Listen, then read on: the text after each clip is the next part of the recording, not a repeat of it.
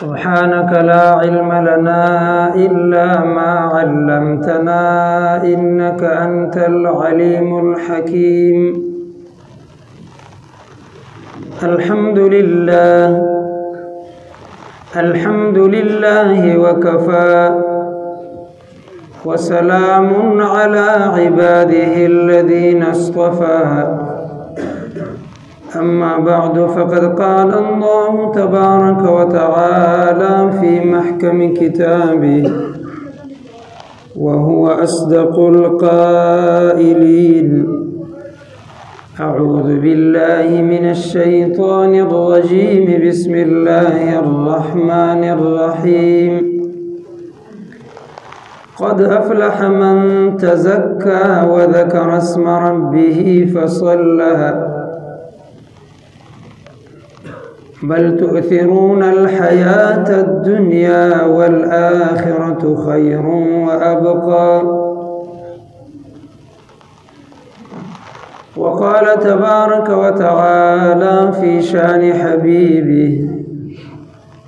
إن الله وملائكته يصلون على النبي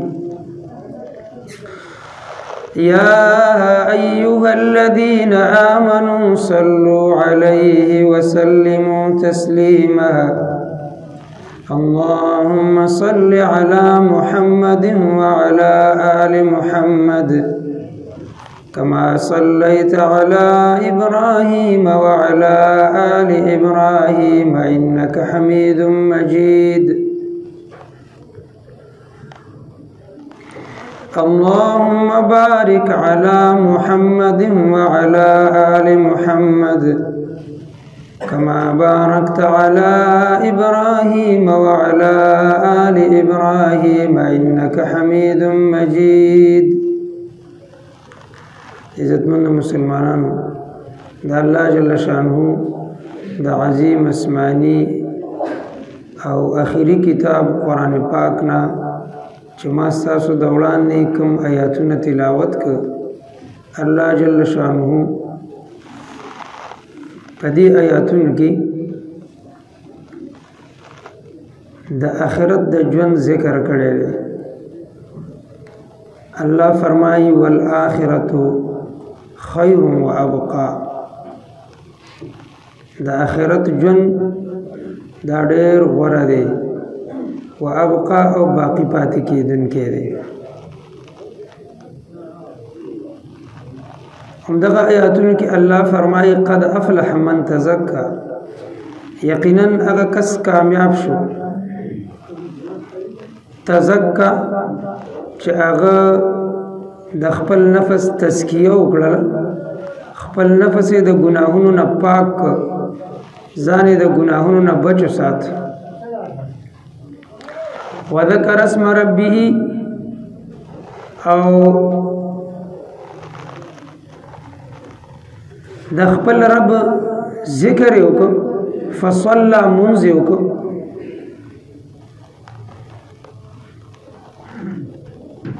نو د خپل ځان د ګناهونو نه ساتل، د خپل نفس او د خپل ځان تزکیه کول او د الله جل شانو ذکر او یاد کول او الله ته عبادت او منځ کول. د دې خبرو ذکر الله کړی دی چې دا کسان کامیاب دي. خو الله پاک موږ او تاسو ته زموږ او تاسو یو مرض ښیي چې تاسو کې یو مرض دی او یو بیماری ده درکې، روحانی بیماری. الله فرمایي: بل تؤثرون الحیات الدنیا. لیکن تاسو داسې خلک یې، الله فرمایي چې تاسو د دنیا ژوند له ترجیح ورکوئ. ستاسو که هر څومره منډه ترړه ده او څومره محنت دی او څومره کوشش دی، نو دا ټول تاسو د دنیوي ژوند لپاره کوئ. د آخرت په ژوند باندې د دنیا ژوند له ترجیح ورکوئ. د الله پاک مونږ او تاسو ته زموږ مرض ښودلی. الله فرمایي: والآخرة خیر و ابقا. حالان کې د آخرت ژوند هغه ډېر غوره دی د دنیا د ژوند نه. و ابقا او باقی پاتې کېدونکی دی د آخرت خوشحالیم کامل خوشحالی ده او که آخرت کې څوک ناکام شو نو بیا د هغه ځای غمونه کامل غمونه دي دردونه او تکلیفونه کامل دردونه او کامل تکلیفونه دي د دنیا خوشحالیم مکمل نه ده کامل نه ده او د دنیا غم هم کامل نه دی د دنیا خوشحالی کو چاته ملاو شي نو هغه خوشحالیانو سره بلا غمونه تړلي د آخرت د خوشحالۍ په شان نه ده چې آخرت کې جنت ته لاړ شي نو بیا خوشحالي او خوشحالي ده غم بیا نشته دلته د دنیا خوشحالي عارضي خوشحالي ده یو څه وخته پورې به او ختميږي او خوشحالي هم داسې ده چې ورسره بلا غمونه نور هم تړلي او د دنیا دا غم د دنیا درد او تکلیف هم دا عارضي درد او عارضي تکلیف دی او عارضي مصیبت دی څه وخت پوری او ختم شي کو خن شي نو سړی مړ شي بس ختم شي آخرت کې هم مړ کېدل هم نشته نو دا هغه غم او درد دا باقی پاتې کېدونکي دی ځکه الله فرمایي چې تاسو خو د دنیا ژوند له ترجیح ورکړی دا او د دنیا په ژوند کې مصروف یې د دنیا د پاره لګیاي حلال او حرام نه ګوري خو بد نه ګوري شپه او ورځ د دنیا په ګټلو کې او د دنیا په جمع کولو کې او دنیا حاصلولو کې تاسو تیروي خو ګوره د دنیا د ژوند عارضي ژوند نه او ور ژوند او باقی پاتې کېدونکي ژوند الله فرمایي دا آخرت ژوند دی د دې وجه نه پیغمبر علیه الصلاۃ والسلام فرمایي الکیس من دان نفسه وعمل لما بعد الموت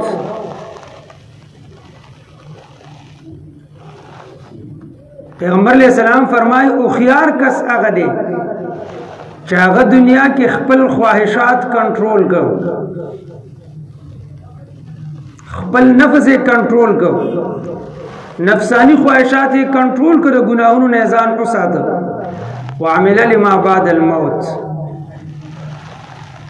او دا هغه ژوند د پاره عمل وکم چې د مرګ نه پس راځي د مرګ نه پس چې کوم ژوند راځي د آخرت ژوند د آخرت د ژوند د پاره عمل وکړه هغه د پاره کوشش او مهنت وکړه دا تاسو کې او خيار کسته او چې چا خپل ټول مقصد د دنیا ژوند ګرځولې او آخرت ته اسپام نه کوي نو هغه د ټولو نه زیات بي وقوف دی ځکه چې د دنیا د ژوند یو نه یو ورځ ختميږي که په خوشحالۍ کې تیریږي هم ختميږي یو نه یو ورځ او که په غم او تکلیف او درد کې تیریږي نو هم یو نه یو ورځ د دنیا ژوند ختمېدونکی دی او د آخرت ژوند باقی پاتې کېدونکی دی امام غزالی رحمت الله علیه بارک راضی چې هغه فرمایل چې د آخرت د ژوند تصور داسې وکړي لکه چې دا ټول دنیا د غوښ د دانو نه ډکه کړي شي وړې وړې دانې او بیا زر کال پس یو مرغه راځي او د دین یو دانه وړي نو ممکن ده چې دا دانې به یو وخت داسې راشي چې دا به ختم شي خو د آخرت ژوند نه ختمېږي او زمونږ تاسو ټول ژوند چې د چا ډیر زیات شنو شپېته بیا کال دي شي بیا اخر مرګي او دغه ژوند هم داسې وي چې نیم ژوند خو په خوب کې تیریږي کنه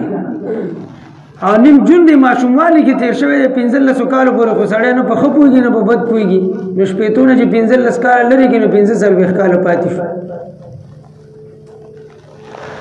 او 15 کال بیا نیم په خوب کې تیریږي لا بعض خلک په کې اور ټایم هم لګي د ورځې مو د کېږي خیره کم کې ځان نو 15 چې په میز باندې نیم کې نو 2.5 کال پاتې شو هغه چې کوم په یې خبانه تیریږي اصل جون خدا لري نو هغه 2.5 کال پاتې شو او دینم چې بوډاواله وباسي ځکه چې بوډاواله خو به سړی د سم نه هغه بیماری به دا خوند او د مزو چې کوم ژوند دی هغه نوجواني نو چې هغه بیا هغه خلاصو نه ټول رو باسي ټول 15 کالم نه برابر دي 15 کال لپاره موږ تاسو ورته په سر باندې راوست نه حلال ګوري نه حرام ګوري نه خو ګوري نه بد ګوري او دغه دنیا په ذهن باندې سوره ده حالان کې د آخرت ژوند هغه خو نه ختمېدونکی ژوند دی هغې دپاره تیاری کول پکار دي او د هغې ژوند دارومدار د دنیا په دې مختصر ژوند باندې دی دا مختصر ژوند کدار د الله جل شانو د حکمونو موافق تیر ک او آخرت ژوند لري ترجیح ورکړل او د دنیا ژوند لري ترجیح ورنکړل اصلي مقصد د خپل آخرت جوړ ک نو بیا آخرت کې ستا مزید نه ختمېدونکي نعمتونه نه ختمېدونکي خوشحالۍ دي او که چېرته دا ژوند د الله د حکم موافق تیر نه که نو بیا آخرت تباه و برباد دی هغه نه ختمېدونکي زندگی تباه ده هلته بیا نه ختمېدونکي تکلیفونه دي نه ختمېدونکي مصیبتونه دي د دې وجې نه آخرت له تیاری کول پکار دي هارون رشید بادشاہ د خپل زمانه یو نیک مسلمان خلیفہ تیر شوی دی داغه په زمانه کې یو مجذوب هم سید هغه ته بهلول ویو هارون رشید د بهلول سره خاص تعلق غټ غټ خلک بچ راتله وزیران افسران نو د هغې دپاره دا حکم و چې مخکې به د بادشاه نه اجازه تلي بیا به راځي خو بهلول دپاره دا حکم نه دی به ډایرک ورته غریب ملنګ سړی و یو ځل بهلول په لار باندې ناست و بادشاه تېرېږي نو هارون رشید بادشاه به چې تېرېده په یو لار باندې یو ځای نه به بل ځای ته ته نو هغه سره به پوره حکومت په حرکت کې راته او په نیمه دنیا باندې بادشاهي حکومت کړی دی او هغه وخت کې چې کومه کفري دنیا و د هغې نه مې ټیکس اخیسته نو داسې ولګه چې د ټولې دنیا واحد حکمران و دی دی به چې یو ځای له ته نو میاشت مخکې به ویل چې زه به پلانکي ځای ته ځم نو میاشت مخکې به هلته تیاریانې شروع شي چې بادشاه به راځي دلته به اوسېږي او دا به پوره یو ښار به هلته آباد شو د هغې نه پس به دی هلته ته یو څو ورځې به یې تېرولې او بیا به مخکې ته یو ځل دی داسې سفر باندې وځي لار کې بهلول ناستو بادشاه ودرېده پوره لښکر ورسره ودرېده او راتاو شو بهلول طرف ته بادشاه سره یو چوکه وه بهلول سره یو څو خبرې وکړو چې بیا رخصتېده نو بهلول سره ګپ شپ و ازادي وه بهلول ته ویل دا چوکه واخله دا تا سره امانت دی او دا داسې کس له ورکړه چې څوک ستا نه زیات بې وقوفي ستا نه زیات قمقلي هغه له یې ورکړه هغه ورته ویل صحیح ده د بادشاه تحفه ځان سره یې واخیسته امانت بادشاه چې د سفر نه واپس راغی نو بیا بیمار شو او داسې بیمار شو چې باقي حالات خراب و زنکدن ته نږدې نو بهلول تپوس له ورغی نو بهلول بادشاه نه تپوس کوي چې طبیعت دې څنګه دی هغه وایي چې بس طبیعت مې ټیک نه دی او په سفر باندې روان یم نو بهلول ورته وایي کوم ځای ته په سفر روان یم وایي ډېر لرې سفر باندې روان یم وایي څومره لرې سفر دی وایي داسې سفر دی چې یو ځل دې باندې سړی لاړ شي بیا ترې واپس نه راځي مطلب دا چې بس مړ کېږم د آخرت سفر دی دې سفر باندې چې یو ځل سړی لاړ شي نو بیا واپس نشي راته دومره اوږد سفر دی نو بهلول ورته وایي چې څه تیاری دې کړی دی وایي څه تیاری وایي مخکې چې دنیا کې تا سفر یې کولی نو میاشت مخکې به کسان ولېږل هلته به ستا لپاره تیاری کېدو پوره یو ښار به ستا لپاره جوړ شو اوس خو ته دومره اوږد سفر باندې روان یې څه دی ځان نه مخکې لېږلي دی هلته که نه دلته خو به چې تلې کوم ځای کې به پړاو اچاو میاشت مخکې به هلته خپل فوج لېږه ستا له به یې تیاری کړو پوره یو ښار به یې آباد کړ اوس د آخرت ته ځان نه مخکې څه لېږلي دي چې ستا لپاره هغې تیاری وکړي نو بادشاه ورته وایي بهلول ته چې هغه داسې سفر نه دی چې زه به هلته مخکې څوک فوج موج ولېږم هغه ما لپاره تیاری وکړي بهلول ورته وایي چې د آخرت دپاره ستا فوج هغه ستا اعمال دي نیک اعمال نیک اعمال دې شته که نه د هر ځای دپاره خپل خپل اسباب دي د آخرت اسباب نیک اعمال دي هغه یې تیار کړي لیږلي دي که نه دي لیږلي بادشاه په جړا شو بالو لغه چوکه راواغسولی وکړل دا واخله تا راته ویلي چې ستا نه څوک ډېر بې وقوف کس تا ته میلاو شي دا چوکه وله ورکړه ته زما نه ډېر بې وقوف یې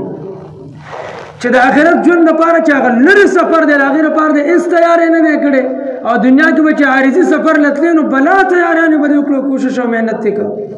او چې کوم نه ختمېدونکی داسې سفر دی چې سړی ته واپس راځي نه هغې دپاره د هېڅ تیاری نه دی کړی نو بې وقوف ته یې که نه واخله چوکه بادشاہ بیا په جړا شو او بهلول ته وایي چې یقینا چې مونږ دنیا والا بې وقوف او تا چې ځان د دنیا نه یو طرف ته کړی او پوره توجه د آخرت طرف ته کړی نو ته هوښیار یې مونږ کې هم ته هوښیار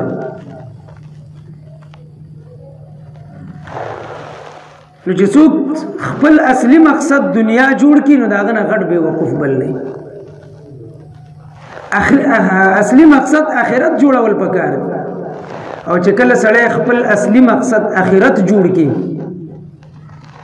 او د دنیا په دې ژوند باندې د آخرت ژوند له ترجیح ورکړي د ده له چېرته به غلط کار نه کېږي د ده نه به ګناه نه کېږي ده سره به خپل د آخرت د ژوند سوچي چې دا کار زه کوم هلته خو ماته نقصان دی که نه دی آخرت کې راته په دې باندې نقصان شته که نشته عبدالله ابن عمر رضی الله عنه یو ځل په لار باندې روان او خپل ملګري ورسره سفرو دی په لار باندې اوږي شو نو هلته یو شپونکی و هغه ګډې چیلې سره ولي عبدالله ابن عمر رضی الله عنه هغه له ورغی هغه ته وایي ته به لا یو چیلې په مونږ باندې خرڅه نه کړي دا یو چیلې مونږ له راکړه په مونږ یې خرڅه کړه مونږ به ځان له اوله شوپۍ به ترې اوسکو باقي به حلاله کو به خورو مونږ مسافر یو په لار باندې روان یو زمونږ ورته ضرورت دی نو شپونکی ورته وایي دا زما نه دي دا زما مالک دی او زه خو صرف د دې څوکیدار یم بس سروم او راولم او واپس به بوځم د دې د خرڅولو اختیار او حق ما سره نشته دی دا زه نشم خرڅولی نو عبدالله ابن عمر په ذهن کې خبره راغله چې راشه د دې سړي امتحان والا چې دا رښتیا داسې ایمان او یقیني په آخرت باندې برابر دی او که نه هغه ته وایي داسې کار دی چې ستا مالک د دې نه څه خبرېږي ته دلته په ځنګل کې او مالک دې کور کې ناست دی او ځنګل کې شرمخاني ازمریانې هر قسم مخلوق پکې اوسېږي که ته ماښام خپل کور ته لاړې نو خپل مالک ته به بانه وکړي چې هغه رانه شرمخانو هغه یو چیلې خوړلې ده تا ته به پیسې میلاو شي موږ به پیسې درکو مالک به ستا په خبره یقین وکړي تا ته به هېڅ تکلیف میلاو نه شي او زمونږ به هم کار وشي نو هغه شپونکی ورته څه وایي یا هذا فعین الله په آخرت باندې یقین جوړو که نه یا هذا وایي دا څنګه سړی دی چې دی ما ته دا خبره کوي چې مالک ته به دا بانه وکړي چې دا چیلې شرمخانو خوړلې ده نو الله له به څه جواب ورکړو فعین الله له به څه جواب ورکړو په آخرت باندې د دې یقین جوړو ته پته وه چې که دا چیلې زه په ده باندې خرڅه کړم مالک ته دروغ ویم نو دلته خو به مالک نه ځان خلاص کړم خو آخرت کې خو الله پاک حساب کتاب کوي که نه نو بیا به د الله په مخ کې ودرېږم الله له به د دې خبرې څه جواب ورکړو الله مې رانه تپوس کوي د آخرت ژوند مې پرې خرابېږي وی عبدالله ابن عمر رضی الله عنه باندې دا خبره دومره ښه ولګېده چې تر ماښامه پورې دا خبره ځان سره بار بار تکرار یا هذا فعین الله یا هذا فعین الله چې د دې سړي څومره ښکلی ایمان دی څومره ښکلی عقیده ده څومره ښکلی یقین په آخرت باندې برابر دی جوړ حضرت عمر رضی الله عنه دور خلافت کې د عمر رضی الله عنه دا طریقه وه چې هغه د شپې په کورونو باندې ګرځېده د مدینې منورې په لارو کوڅو کې به یې چکرې لګولې پټ او کتل به یې چې چاته څه تکلیف وي څه ضرورت وي ورته څه حاجت وي چې هغه پوره کړي نو عمر رضی الله عنه داسې یو کوڅه کې تېرېده او یو کور سره ودرېده د کور دروازې سره نو د کور نه د یو زنانه आवाज راغی د بوډۍ زنانه आवाज هغه خپلې نوجوانې پیغلې لور ته وایي ای جینۍ د پویو کې لږې اوبه واچوه چې ډېر شي هغه جینۍ ورته وایي امیر المؤمنین حضرت عمر رضی الله عنه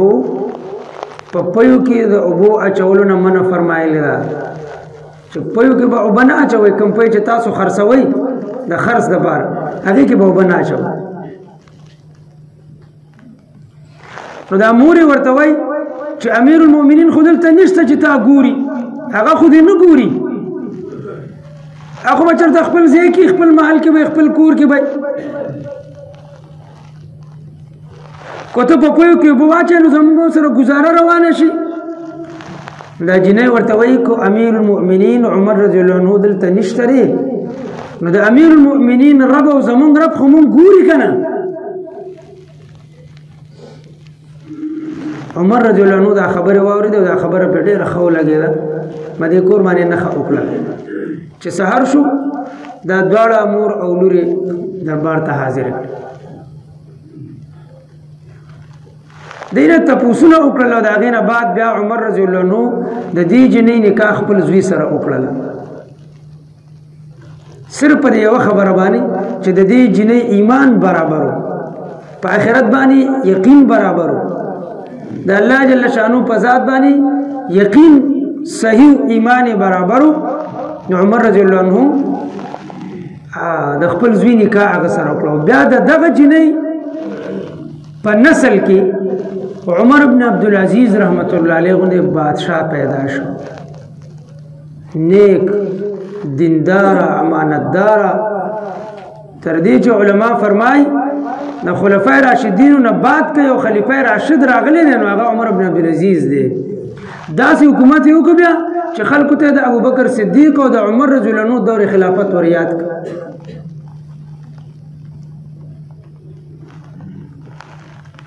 د دې نه وروسته بیا عباسي خلیفګانو تقریبا 800 کاله حکومت کړی دی او هارون رشید بادشاه به ویل چې زمونږ صرف یو ارمان دی چې زمونږ په خاندان کې د عمر بن عبدالعزیز رحمت الله علیه غوندې خلیفه پیدا نه شو زمونږ نه مخکې چې کوم خاندان والا خلفا وو هغې کې عمر بن عبدالعزیز غوندې خلیفه وو زمونږ په خاندان کې د 800 کالو کې هغه شان خلیفه نه دی پیدا شو